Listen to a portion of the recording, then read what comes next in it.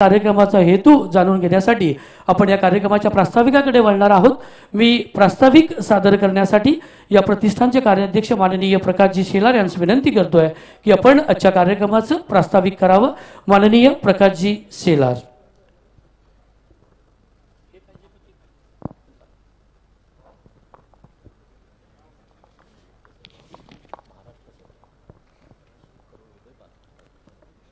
खरं तर प्रास्ताविक मला विश्वस्तांनी सांगितलं, अध्यक्ष साहेबांनी आमच्या सांगितलं तेव्हा मला सांगितलं होतं की नितीन भानुगडे पाटील साहेब उशिरा येणार आहेत, त्यामुळे माझा कॉन्फिडन्स होता।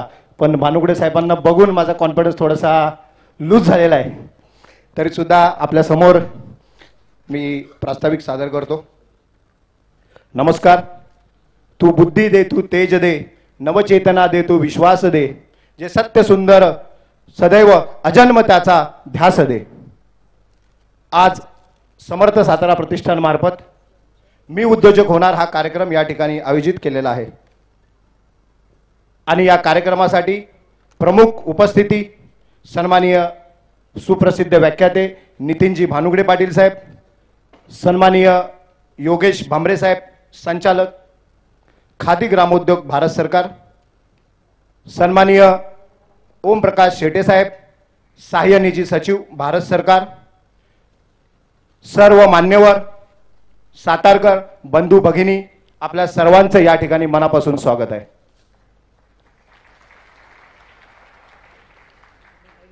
कार्यक्रमाची सुरुवात करण्यापूर्वी प्रतिष्ठानविषयी थोडक्यात माहिती। मुंबईमध्ये आपल्या नोकरी व्यवसायामुळे विखुरलेल्या बांधवांना एकत्र करून मुंबईमध्ये सातारा भवन व्हावं यासाठी आम्ही 2016 साठी काही जण एकत्र आलो आणि समर्थ सातारा प्रतिष्ठानची स्थापना झाली। सर्वप्रथम प्रतिष्ठानमार्फत विद्यार्थी गुणगौरव कार्यक्रम आयोजित केला। या कार्यक्रमाला सातारहून खास प्रमुख उपस्थिती प्राध्यापक यशवंत पाटणे सर, हॉकीपट्टू धनराज पिल्ले साहेब उपस्थित होते।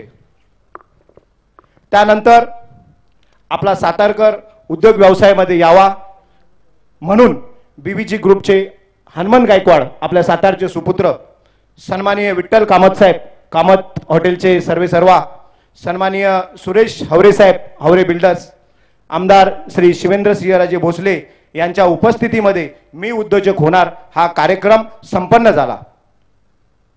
मला सांगायला अतिशय आनंद होतो की सदर कार्यक्रमामध्ये यशस्वी शून्यातून विश्व निर्माण केलेल्या 20 उद्योजकांचा सन्मान करण्यात आला आणि या कार्यक्रमातून प्रेरणा घेऊन नवे 100 उद्योजक तयार झाले। याचा समर्थ सातारा प्रतिष्ठानचा सदस्य म्हणून आम्हाला अभिमान वाटतो। त्यानंतर पुन्हा विद्यार्थी गुणगौरव सोहळा सन्माननीय प्रवीण दराडे साहेब, महाराष्ट्र राज्य, सौ मंजुषा कुलकर्णी, मराठी भाषा प्रमुख, महाराष्ट्र राज्य यांच्या उपस्थितीमध्ये संपन्न झाला। ज्यांना उद्योग करणं शक्य नव्हते अशा बांधवांसाठी 100 नामांकित कंपन्यांना घेऊन रोजगार मेळावा आयोजित केला आणि नुसता रोजगार मेळावा आयोजित केला नाही तर 100 तरुणांना त्याच दिवशी नियुक्ती पत्र सुद्धा देण्यात आले। सदर कार्यक्रमाला शिवसह्याद्री परिवाराचे अध्यक्ष सन्माननीय भाई वांगडे, जगदंबा दूध डेअरीचे अध्यक्ष सन्माननीय बाळासाहेब खबाले पाटील हे देखील उपस्थित होते। त्यानंतर कोरोनाचा काळ सुरू झाला आणि संपूर्ण जगाची उलथापालथ झाली। आपल्या सर्वांना माहिती आहे की गेल्या 3 वर्षामध्ये कोणाचं किती काय नुकसान झालं, कोण होते, कोण गेले, कोण राहिले। म्हणून प्रतिष्ठान थांबलं नाही तर प्रतिष्ठानच्या कार्याचा फक्त वेग मंदावला, प्रतिष्ठानचं कार्य थांबलं नाही। म्हणूनच पुन्हा एकदा सर्वांच्या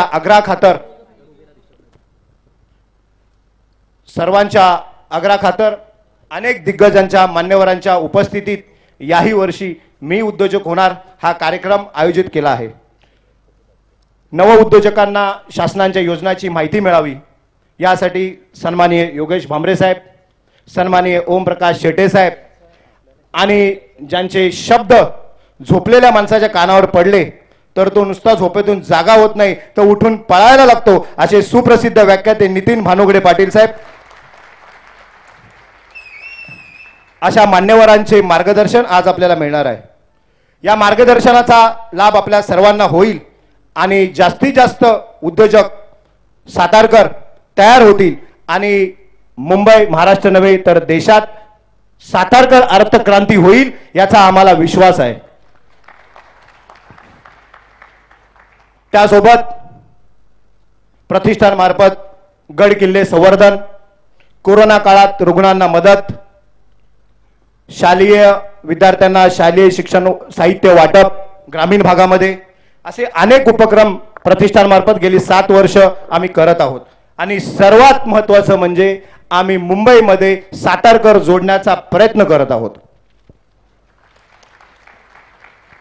म्हणून पुन्हा एकदा आपल्यासाठी मी उद्योजक होणारच हा मार्गदर्शन कार्यक्रम घेऊन आलो आहोत. आपण यात यशस्वी व्हाल यात तीळ मात्र शंका नाही. कारण नितीन भानुगडे साहेबांचे शब्द आहेत, यशस्वी व्हायचं असेल तर सुरुवात एकट्याने करावी लागेल आणि तुम्ही यशस्वी व्हाल तेव्हा लोक आपोआप तुमच्या मागे येतील. पुढील कार्यक्रमास आणि आलेल्या